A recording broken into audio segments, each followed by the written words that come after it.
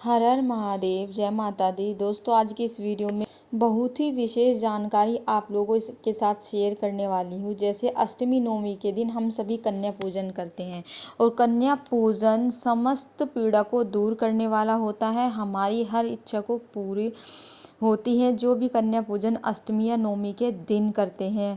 जो कन्या पूजन है उसको हमारे शास्त्रों के अनुसार सर्वोपरि बताया गया है।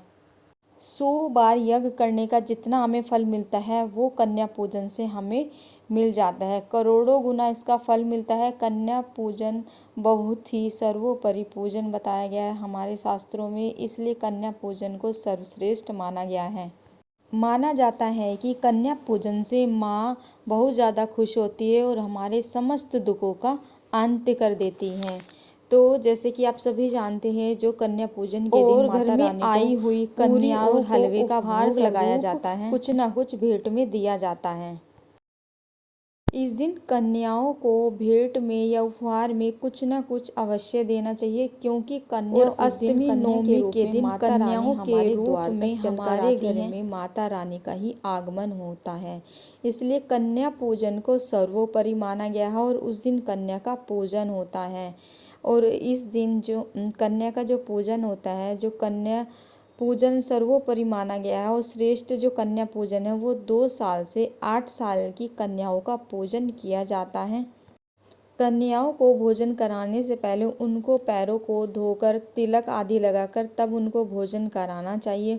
और भोजन उनको कभी भी आपको प्लास्टिक के बर्तनों में भूलकर भी उनको भोजन नहीं कराना चाहिए। यदि आप प्लास्टिक के बर्तनों में कन्याओं को भोजन कराता है तो ये आपके घर में दारिद्रता का न्योता देता है, इसलिए भूलकर भी ऐसा ना करें, नहीं तो आपके घर में दारिद्रता का, गरीबी का वास हो जाता है। और जब भी कन्या को भोजन कराए या तो उन्हें स्टील के बर्तनों में भोजन कराए या उनको पत्तल पर भोजन कराए। पत्तल पर भोजन कराना सर्वश्रेष्ठ माना गया है। और जब अष्टमी नवमी के दिन कन्याओं को आप अपने घर पर बुलाकर भोजन कराते हो तो उनकी थाली में कभी भी 3 पूरी भूलकर भी ना रखें, नहीं तो आपके घर का विनाश हो जाएगा। बहुत ज़्यादा पाप लगता है, ऐसी गलती भूलकर भी ना करें। हमेशा उनकी जो थाली में जब भी आप परोसे भोजन तो या तो 4 पूरी रखिए या 2 पूरी या फिर 1 पूरी रखिए। भूलकर भी 3 पूरी बिल्कुल भी मत रखना।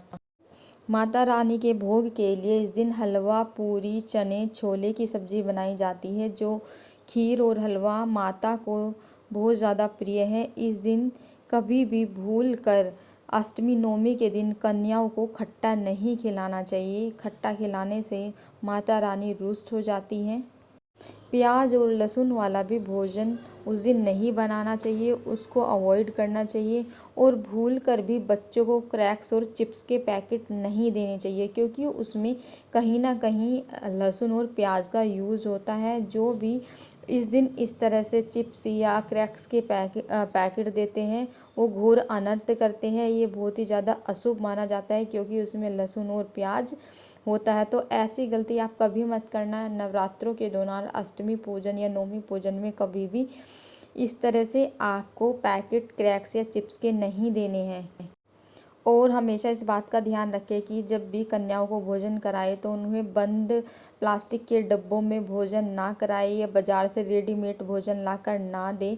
जहाँ तक कोशिश करें, यदि आप स्वस्थ हैं तो अपने घर में ही भोजन बना हुआ माता रानी को भोग लगाएं। प्रसाद के रूप में ये भोजन हलवा, पूरी, खीर, सब्जी, ये भोजन हमें अपने घर में ही बनाना चाहिए, ना कि रेडीमेड लाकर बाहर से कन्याओं को खिलाना चाहिए। जो भी व्यक्ति इस दिन बाहर से कन्याओं को लाकर भोजन कराते हैं, बंद डिब्बों में भोजन कराते हैं, ये बिल्कुल भी अशुभ नहीं माना जाता। ये बहुत ज़्यादा अशुभ होता है, तो ऐसा करने से आपको बचना चाहिए। जो व्यक्ति उस दिन रेडीमेड भोजन का उपयोग करता है उस पर माता रानी कभी भी खुश नहीं होती है, उससे हमेशा रुष्ट रहती है। कोशिश करें कि आप अपने घर पर ही भोजन कराएं और उसी का भोग आपको कन्याओं को और माता रानी को लगाना चाहिए। कन्याओं को भोग लगाने के बाद उनको लाल चुनरी अवश्य ओढ़ानी चाहिए, क्योंकि लाल चुनरी, लाल चीज़ें, लाल वस्तुएं माता रानी को श्रृंगार की वस्तुएं बहुत पसंद है। और जब हम श्रृंगार की यह वस्तुएं, लाल चुनरी, लाल चूड़ी, इस तरह की चीज़ें कन्याओं को देती हैं तो माता रानी बहुत ज़्यादा खुश होती है और उनका आशीर्वाद हमें मिलता है। और कन्याओं को कभी भी भेंट के स्वरूप में लोहे के बर्तन नहीं देने चाहिए। इससे राहु केतु का प्रभाव हमारे जीवन पर पड़ता है और हमारा जीवन नष्ट भ्रष्ट विनाश की तरफ चला जाता है। इसलिए इन सब चीज़ों को बचना चाहिए। स्टील के बर्तन आप कन्या को उपहार में दे सकते हैं। और जब कन्या जितना खुश होकर हमारे घर से जाते हैं उतना ही माता रानी का आशीर्वाद अधिक हमें मिलता है और माता रानी की कृपा हम पर होती है। जैसे कि दोस्तों आप सभी जानते हैं, नवरात्रों के दिनों में जौ बोने का भी विधान होता है। यदि नवरात्रों में जौ सूख जाते हैं, बढ़ते नहीं हैं, उनकी ग्रोथ नहीं होती, वहीं सूख जाते हैं, तो ऐसा माना जाता है कि हमारा ये साल खराब होने वाला है, कुछ अच्छा नहीं होने वाला है, घर में कोई ना कोई घटना होने वाली है, ऐसी घटना होने वाली है जिससे हमें दुख होगा, घर में ऐसी या कोई बीमारी आने वाली है, ऐसा माना जाता है कि यह बीमारी कोई आने वाली है।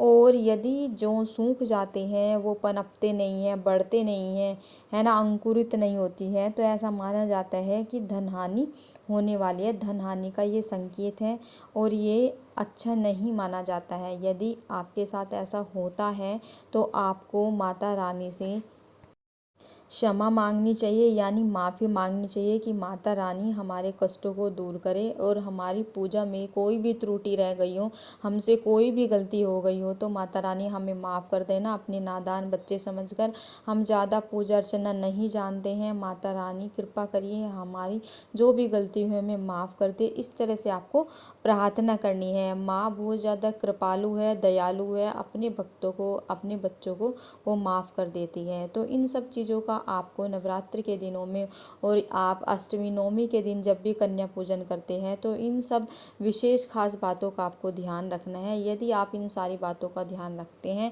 तो माँ देवी माता की कृपा आप पर होती है, उनका आशीर्वाद आपको मिलता है और आपका घर धन संपदा से भरता चला जाता है। आपके घर में किसी भी प्रकार की कोई भी परेशानी नहीं आती। यदि कोई परेशानी आती भी है तो वो चुटकियों में माता रानी की कृपा से दूर हो जाती हैं। तो ये बहुत ही खास और विशेष जानकारी थी जो कि आपको कन्या पूजन के समय विशेष इन सब चीज़ों का ध्यान रखना चाहिए। बहुत सारे लोग इन सब चीज़ों को अवॉइड करते हैं, फिर उनके जीवन में आए दिन कोई ना कोई परेशानी आती रहती है, चाहे वो धन को लेकर हो, व्यापार को लेकर हो या नौकरी को लेकर हो। तो ये बहुत ही खास और छोटी छोटी जानकारी थी जो कि हम सबको ये पता भी होनी चाहिए और ये सब चीज़ें, ये सब सारे टिप्स हमें फॉलो भी करने चाहिए। आशा करती हूँ मेरे द्वारा ये जानकारी आप लोगों को काफ़ी अच्छे से समझ में आई होगी। तो दोस्तों यदि आप चाहते हैं कि रेगुलर आप लोगों को इस तरह की धार्मिक जानकारी, इस तरह की मतलब वास्तु टिप्स से रिलेटेड जानकारियाँ आपको इस तरह के उपाय मिलते रहे, तो दोस्तों उसके लिए चैनल को सब्सक्राइब करें ताकि आने वाली रोज़ की वीडियो आपको मिल सके और उसका नोटिफिकेशन आपको मिल जाए। तो दोस्तों मिलते हैं आप लोगों से नेक्स्ट वीडियो में एक नई जानकारी के साथ, एक नए उपाय के साथ। तब तक जय माता दी, हर हर महादेव।